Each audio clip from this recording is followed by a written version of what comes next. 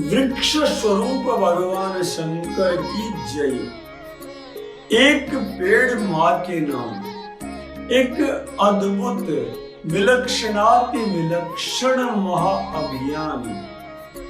और उस अभियान में शिव तत्व को तलाशते हुए पवित्रतम नगरी चित्तौड़गढ़ के गो भक्त गण वृक्ष मित्र गण भगवान एकलिंग की धरा पर, भगवान गौतमेश्वर महादेव की धरा पर, भगवान कलाजी महाराज जयमल सरकार समिदेश्वर महादेव की धरा पर, अनगढ़ बाबू जी के पावनतम स्थान पर एक अद्भुत तरीके से एक पेड़ माँ के नाम अभियान का आगाज किया जा रहा है।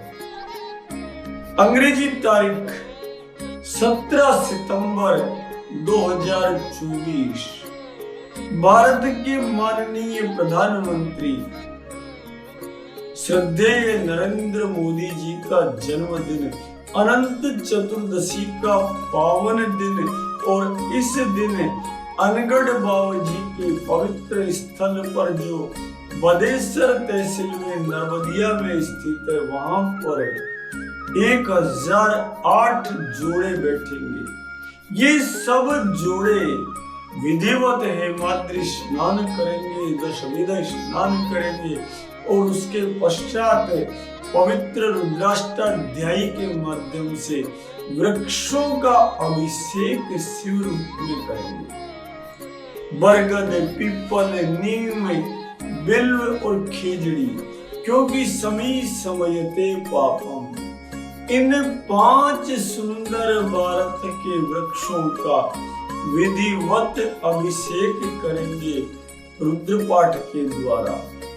और उसके बाद हजारों हजार लोगों की साक्षी में इन वृक्षों को शिवार्चन से प्राप्त घट के द्वारा स्थापित किया जाएगा पंचगव्य प्रौद्योगिकी के माध्यम से। वृक्षारोपण आध्यात्मिक जगत में उन्नति का साधन हमारे समाज को प्रदान करेगा। प्रति वर्ष एक अभियान जो भगवान शिव की भक्ति है, वृक्षों को लगाना है, इस प्रकार से आनंद का सृजन करेगा। और एक जगह नहीं, अनेकानेक जगह ऐसा होगा। ये शुभारंभ है, ये तो श्री गणेश अनंत चतुर्दशी के दिन। उसके बाद भगवान एकलिंग की धरा में सर्वत्र अलग अलग जगह इसी प्रकार वृक्षारोपण होगा। बहुत विशाल संख्या में वृक्ष लगेंगे और योजनाबद्ध तरीके से वृक्ष लगेंगे।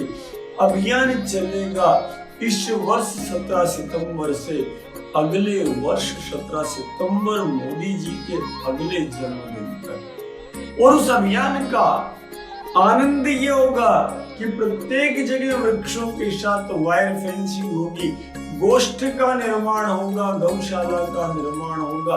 प्रथम जगत जननी भारत की गौ माता का प्रवेश अनगढ़ बाबू जी के इस परिसर में गौशाला के रूप में, गौ उद्योगशाला के रूप में, जिसमें गाय के गव्यों के विभिन्न उत्पाद बनेंगे और उन उत्पादों से गाय से आर्थिक उन्नति भी प्राप्त होगी। धर्म के साथ, मोक्ष के साथ आर्थिक उन्नति भी प्राप्त होगी।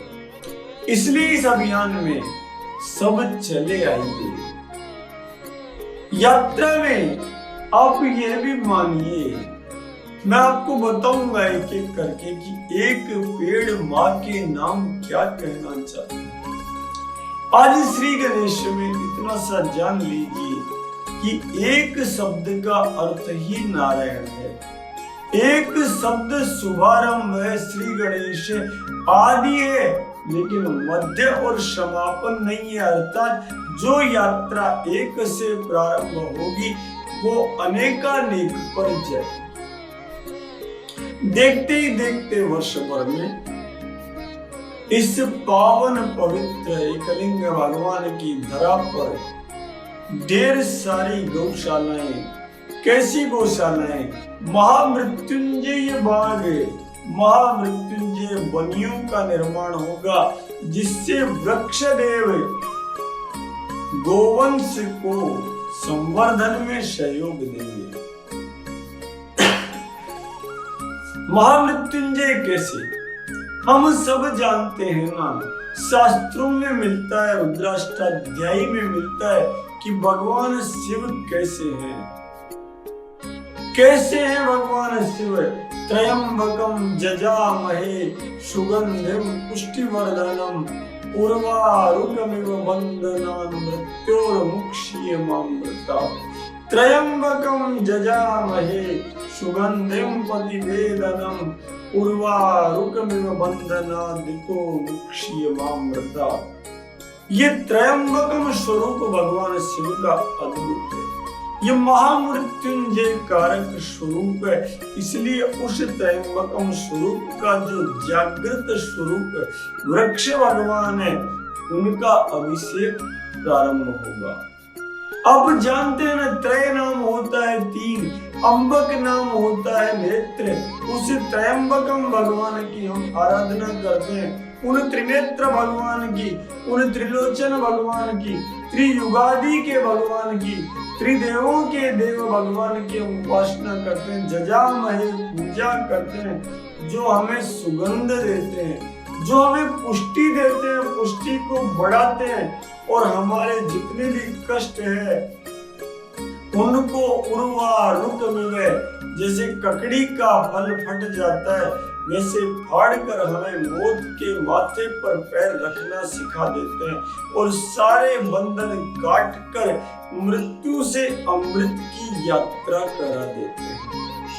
यही सारे गुण वृक्ष भगवान में है, और इसीलिए वृक्ष भी तीनों लोकों में व्याप्त है।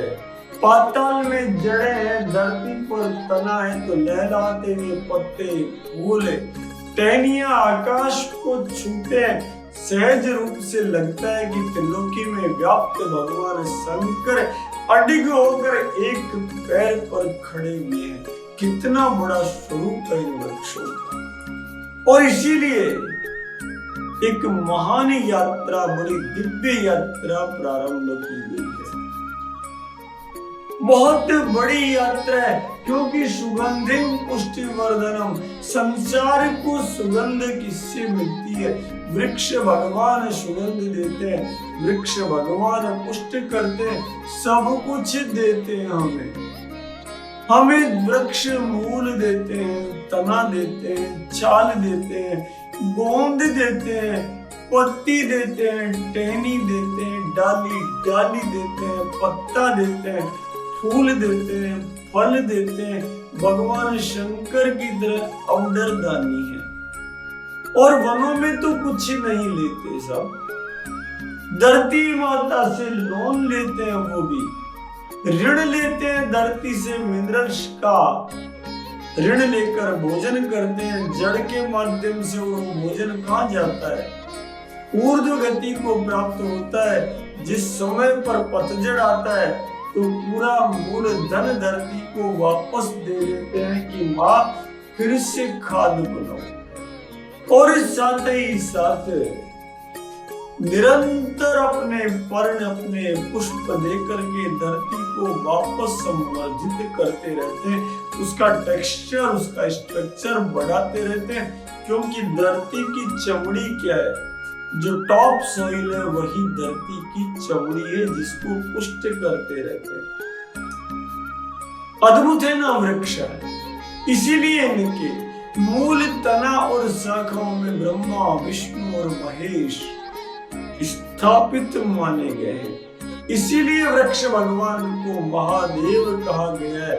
और यह अभियान अद्भुत से अद्भुत इस अभियान की महत्ता है। ठीक वैसी है जैसे कोरोना काल में भारत ने टीके बनाकर पूरी दुनिया में धूम मचाई, लोगों के प्राण बचाए, जबकि आतताई राष्ट्र चाइना जो ड्रैगन है, उसने पूरे राष्ट्र को ही नहीं, पूरी धरती को अभिशप्त करने के लिए वायरस बनाकर लेबोरेटरी से छोड़ा था। लेकिन भारत ने तक्षण विद्या का उपयोग करते हुए औषध भंडार से पूरी दुनिया को कृतार्थ कर दिया। और केवल औषध नहीं बनाई, हम सबको भी प्रेरणा दी माननीय प्रधानमंत्री जी ने कि घर घर के बाहर दीपक जला लो। जब बताऊंगा इस दीपक जलाने का आध्यात्मिक महत्व तो आनंद आ जाएगा, कितना बड़ा काम किया।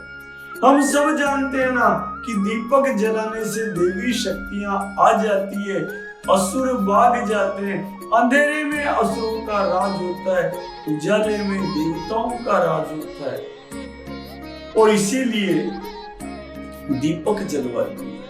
हम सब जानते हैं कि जब नाद उत्पन्न होता है तो असुर भाग जाते हैं, इसीलिए शंख बजाया जाता है, इसीलिए घंटा ध्वनि की जाती है, इसीलिए झालर बजाई जाती है। और इसीलिए जब घर में बच्चा पैदा होता है तो छत पर जाकर सबसे पहले थाली बजाई जाती है, ताकि वातावरण में आसपास जितने भी सूक्ष्म जीवी असुर है वे भाग जाए और प्रसूता माता की और बच्चे की सुरक्षा बनी रहे। प्रथा यूं ही नहीं बनी है, विज्ञान नहीं हुई। और वही प्रथा हमने कोरोना काल में देखा। करोड़ों करोड़ों 1 अरब से ज्यादा भारतीयों ने थाली बजाई मानो राष्ट्र से असुर चले जाए, और उसका परिणाम भी अच्छा मिला। बहुत हद तक हमने मृत्यु पर विजय पाई। किम न मृत्यु करिष्येति, ये मौत क्या कर सकती है यदि भारतीयता मौजूद हो, भारत का विज्ञान मौजूद हो। वृक्ष रूप में जिन शिवों की आराधना की जाएगी, उन वृक्षों का प्रारंभ कब हुआ, आज की चर्चा यहाँ करूंगा। कल फिर आपको आमंत्रित करूंगा, फिर आपको रहस्य बताऊंगा। आप जानिए कि सर्वप्रथम ये बात है पद्म कल्प की। भगवान जगन नारायण अकेले विश्राम कर रहे थे। लगा अब कार्य शक्ति को जगाना चाहिए, अब महामाया को जगाना चाहिए, अब कल्प का प्रारंभ करना चाहिए। तो जैसे ही मन की इच्छा हुई, भगवती शक्ति जागृत हुई और भगवान के भीतर से स्वतः नाभि प्रदेश से कमल लाल उत्पन्न हुई, जो आकाश ब्रह्मांड को पार करती है। इस कमल नाल के ऊपर सबसे पहले सृष्टि के आदि पुरुष ब्रह्मा जी का प्रादुर्भाव हुआ।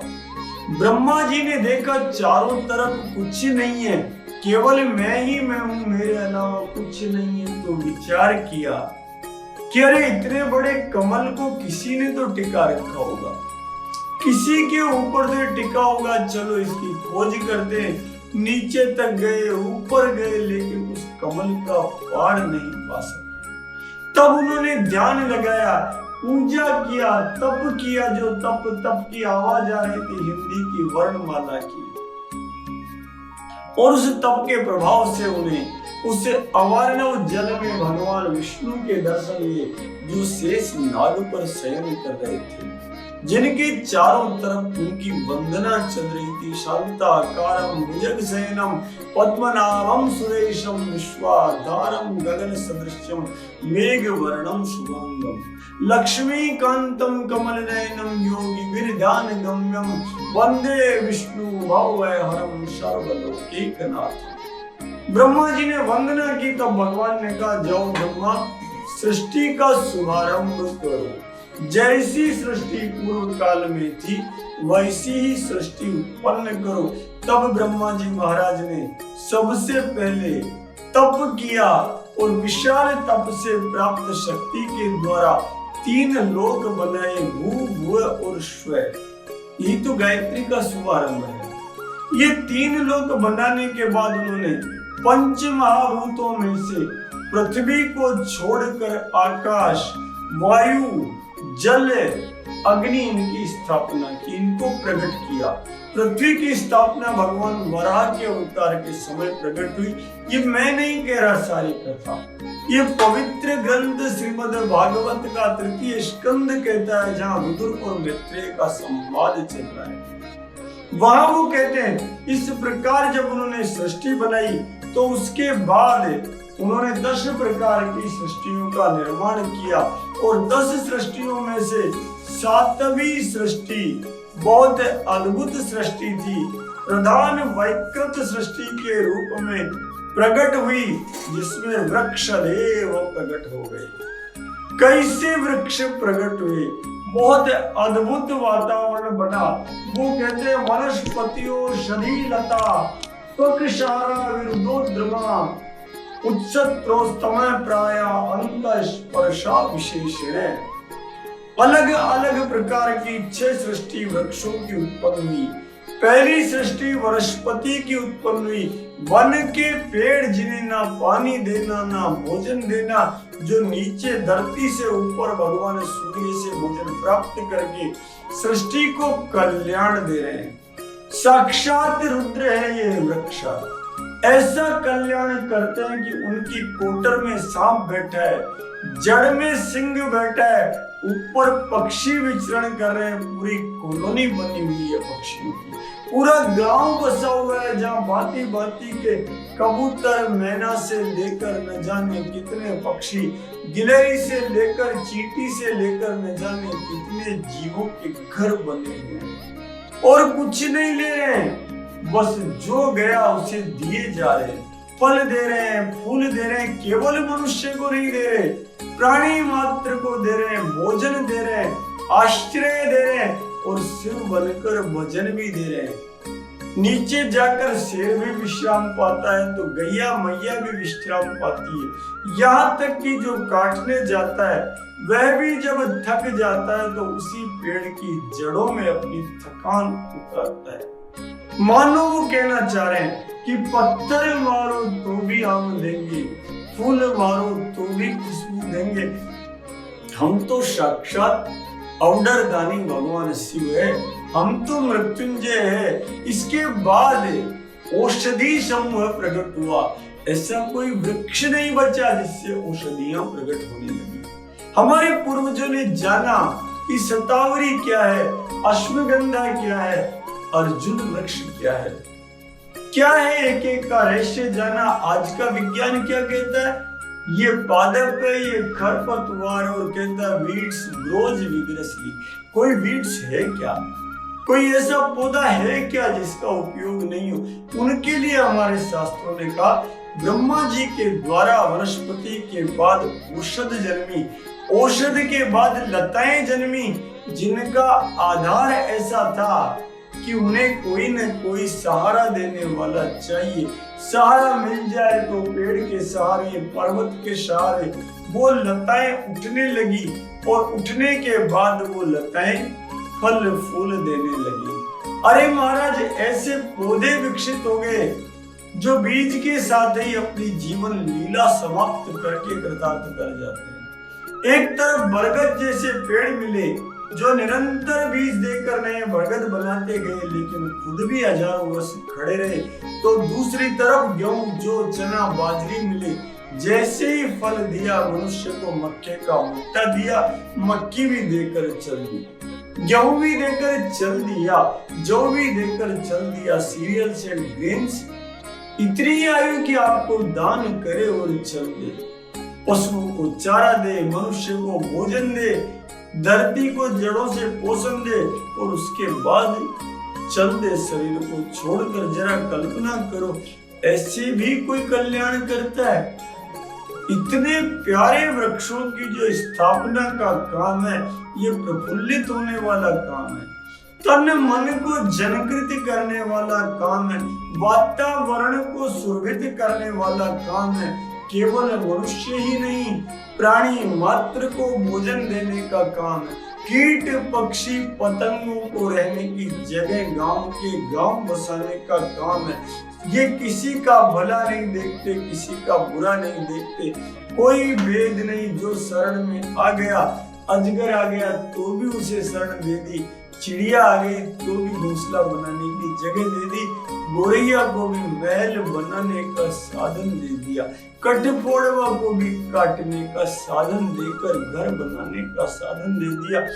ऐसे अद्भुत जो वृक्ष है उनकी स्थापना का कार्य होने जा रहा है दिव्य रूप से, शिवार्चन के साथ, रुद्राभिषेक के साथ। बिना पानी कैसे वो डेवलप होंगे, कैसे गौशाला का आधार बनेंगे, कैसे हमारी जगत जननी गाय फिर से अर्थ रूपी पुरुषार्थ को प्रकट करेगी, धर्म रूपी पुरुषार्थ को तो आज भी प्रकट कर रही है। तभी तो हमारा किसान गाय को बेचता नहीं है, इन केमिकल फर्टिलाइजर्स के चक्कर में दुखी हुआ रस्सा खोल देता है पर बेच के पैसा नहीं लाता है।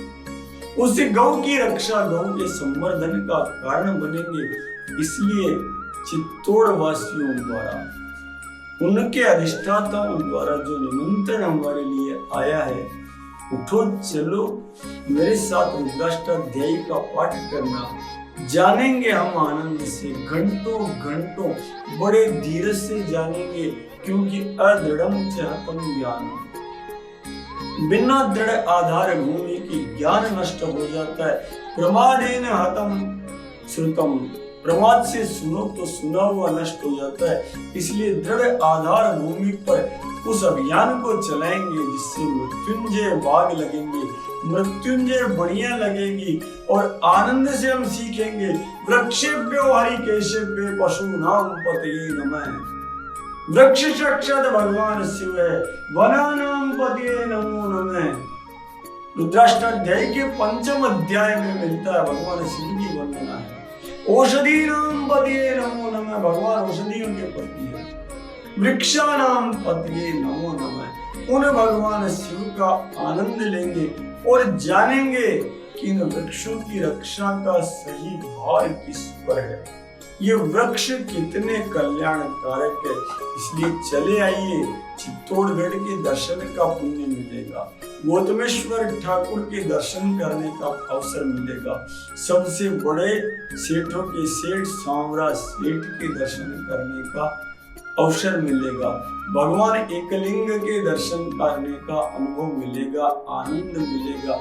इसलिए उठिए, इन वृक्षों को जाकर पूछिए जो मैंने प्रारंभ किया था, जो जगदीश चंद्र बसु परम श्रद्धेय ने प्राप्त किया था, वो अनुभव वेद व्यास जी ने प्रकट किया था, भागवत के 3 स्कंध में प्रकट किया था कि इन वृक्षों में अनुभूति होती है, ये सुख को महसूस करते हैं, दुख को महसूस करते हैं, ये हर्षित होते हैं, ये विलाप करते हैं, कोई काटने आता है तो घबरा जाते हैं, कोई प्यार करने आता है जल चढ़ा देता है तो आनंद में हो जाते हैं। और ये एक तरफ ब्रह्मा विष्णु महेश को अपने भीतर स्थापित करते हैं, तो दूसरी तरफ ब्रह्म राक्षस को भी हमारा पीपल का पेड़ मना नहीं करता, तू भी आ जा बैठ जा। ऐसे अवडरदानी शिव स्वरूप इन वृक्षों की स्थापना की इस महापर्व में, जो 17 तारीख से अगले वर्ष की 17 सितंबर तक मेवाड़ की धरा पर चलेगा, आप सब आइए और साथ में जिन्होंने इस अभियान का आगाज किया है उन मोदी जी के लिए प्रार्थना कीजिए। पश्चिम शरदय शतम जीवेम शरदय, शतगुम सुनियाम शरदय, शत प्रभगाम शरदय, शतमदीना श्याम शरदय, शतम भूयश्च शरदय शारदय। ओम देव शांति, अंतरिक्ष ओम शांति, पृथ्वी शांति, रावः शांति, रोखदय शांति, वनस्पतये शांति, विश्वे देवा शांति, ब्रह्म शांति, सर्वं शांति, शांतिरेव शांति, श्यामा शांतिरेधि। ओम शांति शांति शांति, सुशांतिर्भवतु, सर्वारिष्ट शांतिर्भवतु। बोलिए वृक्षदेव भगवान की जय, उमापति महादेव की जय, जगतपति रामचंद्र की जय, सियापति रामचंद्र की जय, अवधपति रामचंद्र की जय, मेरे पति रामचंद्र की जय। तेरे पति रामचंद्र की जय। हम सबके पति श्री रामचंद्र की जय। जगत जननी गौ माता की जय। श्री नंदी भगवान की जय। श्री बैल भगवान की जय। श्री बछड़ा भगवान की जय। श्री बछड़ी भगवान की जय। राम राम।